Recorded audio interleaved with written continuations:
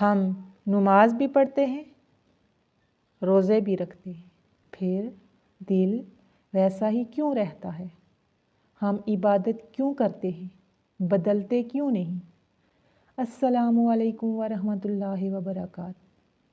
آپ دیکھ رہے ہیں حیا کی آواز، ایک ایسا چینل جہاں بات کی جاتی ہے دلوں کے اصلاح کی، گھروں کے سکون کی اور حیا کو زندہ کرنے کی، قرآن و حدیث کی روشنی میں۔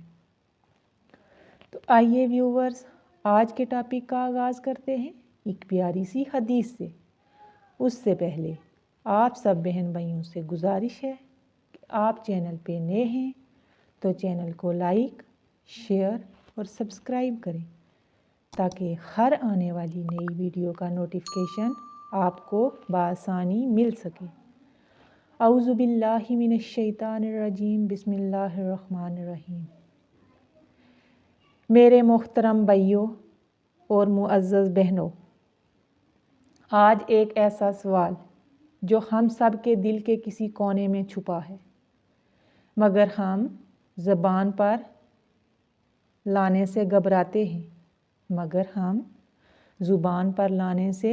گھبراتے ہیں ہم نماز بھی پڑھتے ہیں، صدقہ بھی دیتے ہیں، روزے بھی رکھتے ہیں، قرآن بھی سنتے ہیں، پھر بھی دل ویسا ہی کیوں رہتا ہے؟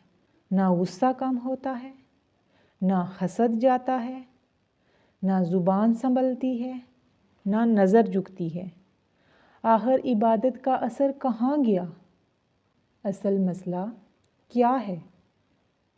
میرے بھائیوں، عبادت صرف اعمال کا نام نہیں، عبادت نیت اور اطاعت کا نام ہے۔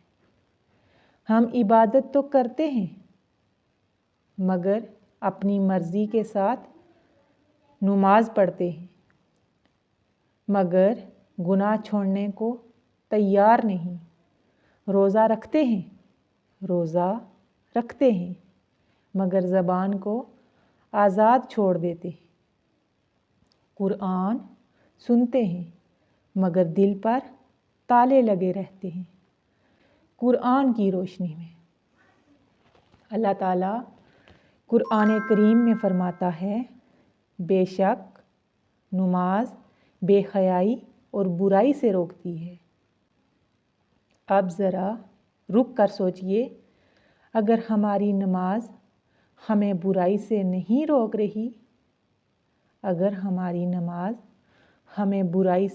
روک رہی، تو قصور نماز کا نہیں، عبادت کیوں بے اثر ہو جاتی ہے؟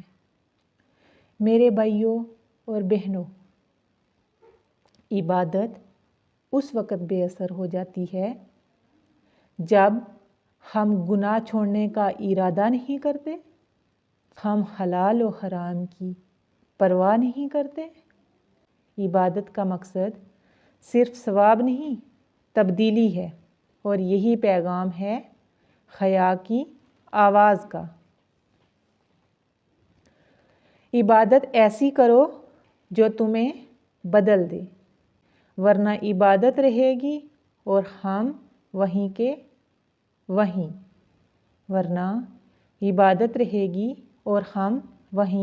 وہیں۔ یا اللہ، ہمیں وہ عبادت عطا فرما جو ہمارے دل بدل دے، ہمارے اخلاق سنوار دے اور ہمیں اپنا بنا لے۔ آمین یا رب العالمین، آمین یا رب العالمین۔